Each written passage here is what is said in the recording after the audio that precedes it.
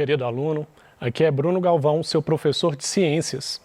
Eu vou falar com você hoje sobre biomas e impactos ambientais. Essa vai ser a primeira parte.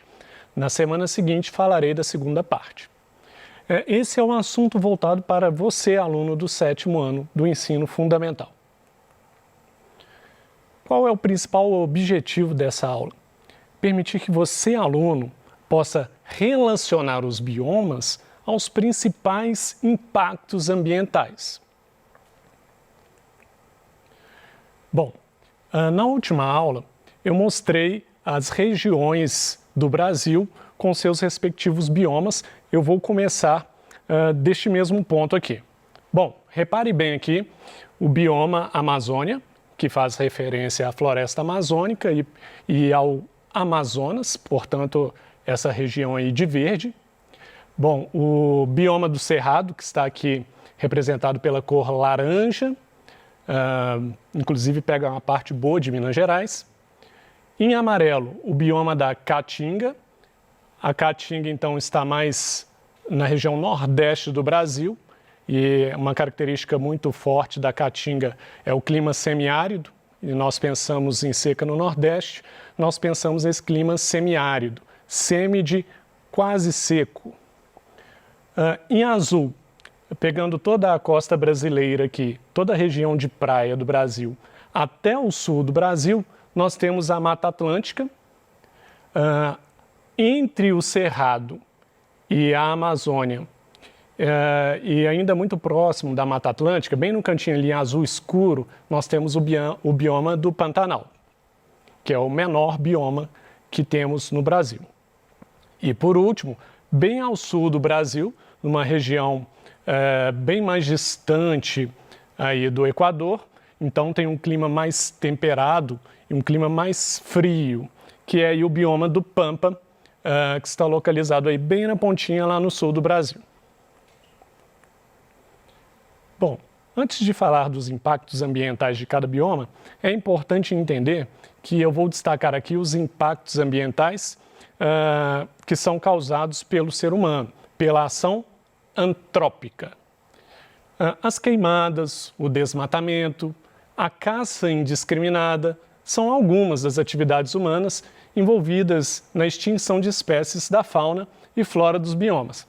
Quando nós pensamos em queimadas e desmatamento, nós estamos falando de retirada de árvores, retirada de plantas, que muitas vezes são o habitat, o local onde vivem esses seres vivos, alguns animais. Então, tanto a queimada quanto o desmatamento, ela pode acabar levando à extinção de alguns animais por faltar o local onde ele vive. E no local onde ele vive, normalmente, estão aquelas... a sua nutrição, aquilo com que ele se alimenta. Por exemplo, alguns macacos precisam de se alimentar de frutas, por exemplo. Pássaros, alguns pássaros de sementes. Então, se você queima ou derruba essas árvores que contêm as sementes e as frutas, você está fazendo mal para esses animais e fazendo com que eles corram risco de extinção. E a caça indiscriminada. A caça pode ser para usar a carne de algum animal na alimentação, a caça pode ser para usar a pele para fazer alguma roupa chique de couro de algum animal, ou um tapete belíssimo e caríssimo de pele de onça, enfim. A caça indiscriminada também é um dos fatores, é um tipo de ação antrópica que pode levar à extinção de seres vivos nos biomas. Vamos falar um pouquinho de alguns biomas hoje. Amazônia. Um dos principais problemas da Amazônia é o desmatamento ilegal e predatório. O desmatamento diminui a formação de serrapilheira, tornando o solo pobre em nutrientes. Bom, nós já vimos que a floresta amazônica, na verdade, ela tem um solo pobre e arenoso. E o que mantém aquelas árvores gigantescas e toda a diversidade da floresta amazônica, o que mantém aquele solo capaz de permitir o crescimento desses vegetais maravilhosos, é o que nós chamamos de serrapilheira. são as próprias folhas das árvores que vão caindo no chão e aquelas folhas então vão servir de nutriente, elas vão alimentar o solo, elas vão formar o solo, além dos animais que morrem ali no meio da floresta e também vão se juntar ao solo, liberando ali no solo nutrientes, sais minerais. Então, quando você provoca desmatamento, você pratica o desmatamento ilegal, as queimadas, você está tirando também do solo serrapilheira. Se você tira uma árvore, não tem folhas de árvore para cair no solo e tornar aquele solo cheio de nutrientes. E à medida que você vai tirando a árvore de uma grande região, então você vai ter também uma grande região de solo sem nutrientes. Bom, as áreas desmatadas da Amazônia, sob pastagens ou convertidas em floresta secundária, ou seja, já degradadas e abandonadas, elas somam pelo menos 80% do total que já foi alterado pelo homem. Então, parte do desmatamento, além da extração da madeira, depois que se extrai aquelas plantas dali, muitas vezes o ser humano faz pastagens naquela região, pratica pecuária, entre outros. E outra questão também importante é que, às vezes, ocorre crescimento de floresta secundária. O que é uma floresta secundária? Você tinha uma mata nativa, a floresta amazônica, sem o homem nunca mexer. Aí o ser humano foi lá e retirou várias árvores, várias plantas e utilizou essa madeira, etc. E depois de um tempo, as plantas começam a crescer ali novamente. Só que isso demora muitos anos, principalmente quando se trata de árvores de mais de 30 metros de altura, como na floresta amazônica. E essa floresta secundária, nem sempre ela é igualzinha à floresta primária, nativa. Às vezes vai se destacar arbustos, ou seja, plantas bem menores do que o que havia ali antes. Bom, as queimadas são outro grande problema na Amazônia e muitas vezes essas queimadas são realizadas por fazendeiros para ampliar as áreas de cultivo deles. Bom, as queimadas eu já falei aqui. O efeito da queimada é muito semelhante ao efeito do corte de árvores, que você está retirando ali plantas, mas a queimada ainda tem outros fatores extras. Um fator que eu posso citar aqui que é muito importante é que a queimada, além de destruir aquela vegetação original daquele lugar, a queimada também vai emitir gás poluente, no caso, o gás carbônico, e vai poluir o ar. Um dado importante, segundo o INPE, Instituto Nacional de Pesquisas Espaciais, ocorreu um aumento do desmatamento, na Amazônia em 2019. A taxa de desmatamento na Amazônia foi de 9.762 quilômetros quadrados, e isso foi medido de agosto de 2018 a julho de 2019. Esse valor representa um aumento de 29,54%, praticamente 30% é um aumento do desmatamento em relação ao ano anterior, em relação a 2018. Esse dado aqui, ele está falando então de uma medida que foi de agosto de 2018 a julho de 2019.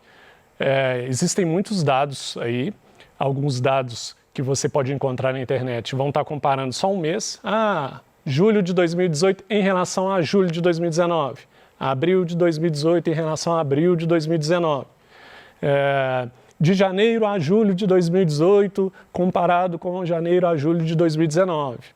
Eu estou falando isso com você porque esse aqui é um número referente a este período e você vai encontrar vários números aí na internet, mesmo em sites oficiais, porque vão estar medindo momentos diferentes. O importante a se destacar aqui é que em praticamente todos os casos, mesmo comparando mês a mês, ou um semestre ou um ano, nós temos um aumento do desmatamento na floresta amazônica entre 2018 e 2019.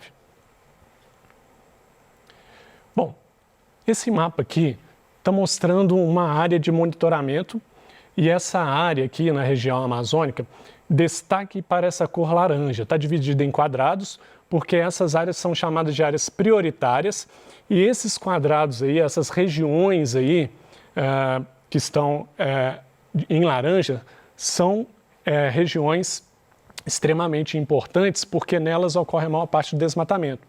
Esse monitoramento é feito via satélite, então é um monitoramento muito preciso. Ameaça de extinção. Nós temos aí na Amazônia esse belíssimo animal, o peixe-boi da Amazônia. Esse animal está em ameaça de extinção. Um dos motivos, inclusive, é por causa da caça dele para o uso da carne desse animal. Na Amazônia ainda, ameaça de extinção, agora eu vou mostrar aqui uma planta que é o famoso mogno. Mogno é uma árvore, a árvore do mogno é que produz uma das madeiras mais fortes e mais bonitas que existem. E hoje em dia não é legal fazer móveis desse material, de mogno, porque essa árvore está em processo de extinção, ameaçada de extinção. Bom, falamos um pouco da floresta amazônica e da questão de alguns impactos ambientais sofridos dentro dessa floresta. Vamos falar agora da Mata Atlântica. A degradação da Mata Atlântica ela está relacionada à ocupação do território brasileiro pelos portugueses, que começou no século XVI. Já vou passar para a próxima aqui, porque aí eu já falo das duas. Essa intensa ocupação do bioma foi acompanhada de atividades de grande impacto ambiental, como a exploração do pau-brasil e a agricultura. No caso da agricultura, plantação de cana-de-açúcar e café. Então, quando estudamos a história do Brasil, o descobrimento do Brasil, lá na história, nós sabemos que os portugueses, então, exploraram bastante as terras brasileiras e como os portugueses chegaram de navios, chegaram na região costeira do Brasil, ou seja, nas praias do Brasil, e é justamente a região característica da Mata Atlântica. Obviamente, então, essa região foi a primeira a ser explorada pelos portugueses, e os portugueses exploraram muito o famoso pau-brasil, que é uma madeira também de altíssima qualidade. Além disso, eles também fizeram muitas plantações, e mais para frente, junto com o auxílio de escravos, que foi uma época de grande intensidade na escravidão, e também do uso de indígenas, foi também feito grandes plantações de cana-de-açúcar e café aqui no Brasil. Essa degradação, então, ela continua até hoje, principalmente por causa da pressão urbana. Entre as espécies vegetais, muitas correm risco de extinção. Por que continua até hoje? É importante você, aluno, saber que a região de Mata Atlântica é a região que concentra 70% em média da população brasileira. É a área principal que nós ocupamos. Portanto, a Mata Atlântica é um bioma dos mais explorados por nós seres humanos e mais destruídos.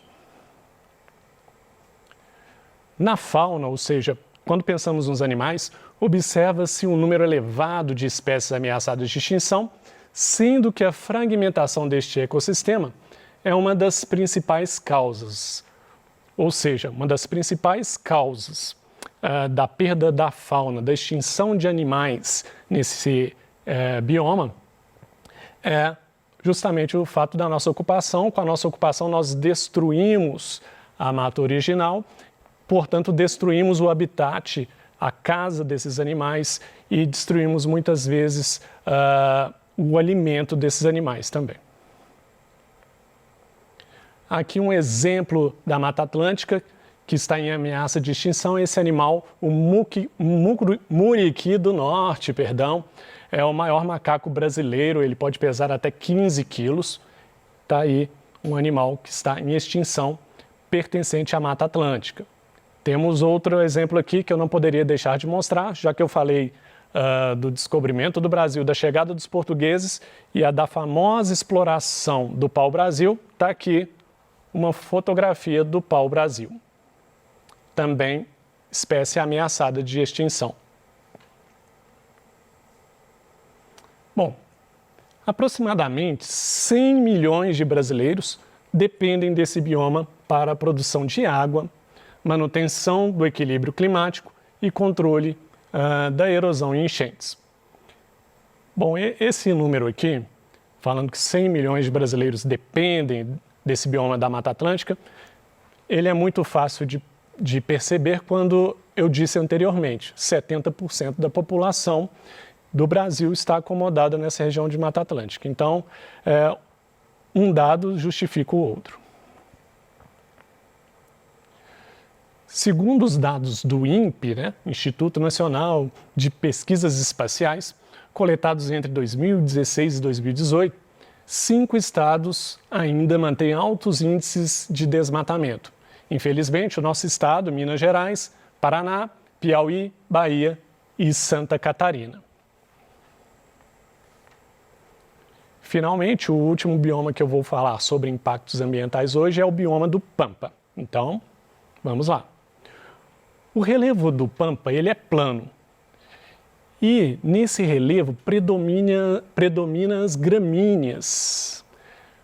Bom, essa área, então, ela é muito conveniente tanto para a agricultura quanto para a pecuária.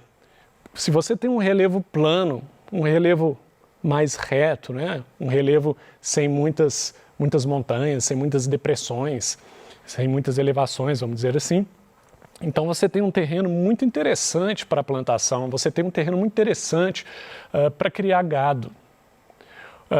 Terrenos que têm muitas montanhas, terrenos com declives acentuados, acabam sendo problemáticos para a criação de gados, porque isso força muito o animal e esse animal, quanto mais em repouso ele ficar, mais macia a carne dele vai ser. Então, está aqui um ambiente super interessante para a pecuária, mas também para a agricultura.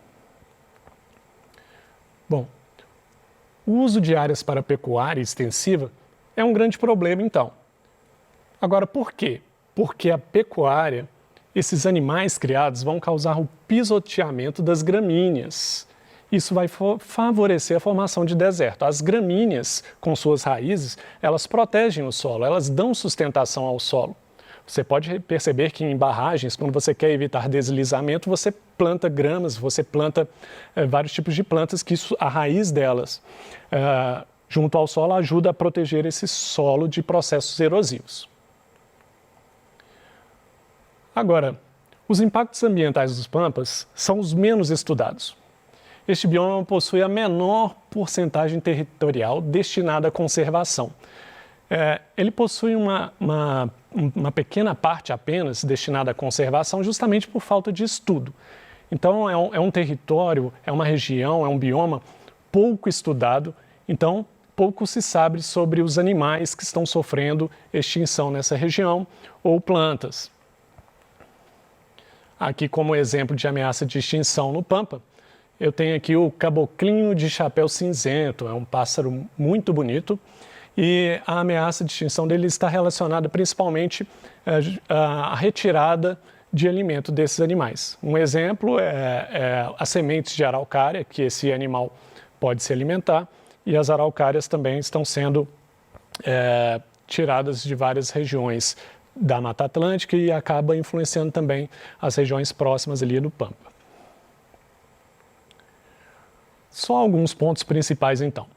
Nós falamos, então, de desmatamento, queimadas e caça indiscriminada. Lembrando que tanto o desmatamento quanto as queimadas estão destruindo o local onde os seres vivos residem. E a caça indiscriminada está diminuindo diretamente o número desses animais, porque está matando esses animais de forma direta. É isso que eu gostaria de falar com você hoje. Eu gostaria de te desejar bons estudos.